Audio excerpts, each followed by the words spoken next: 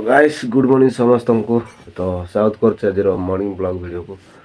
तो गाइस आज पुणी सका सकाଳେ केसिंगपुर जावाई पड़ुचे तो निद भी जाई नथिला गाइस घर लोक उठाई देले। तो चलो शीघ्र शीघ्र मुह धोईकी जीवा जो काम अच्छी से सब सराई पड़ा आसवा।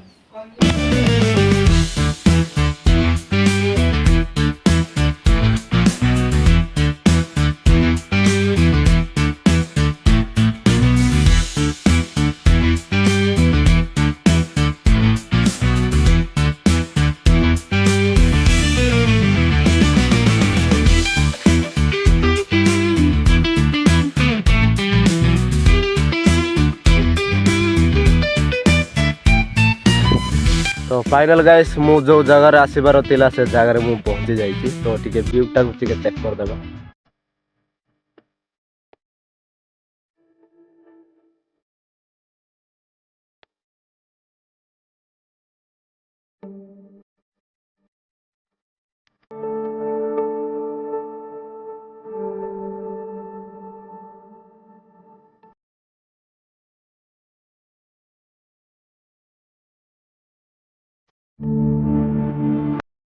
तो गाइस व्यू तो आप देखिले व्यूटा केमती थिला आ लोकेशन तो मु कहि पारबनी लोकेशन टिके कमेंट माध्यम रे टिके जणाई देबे।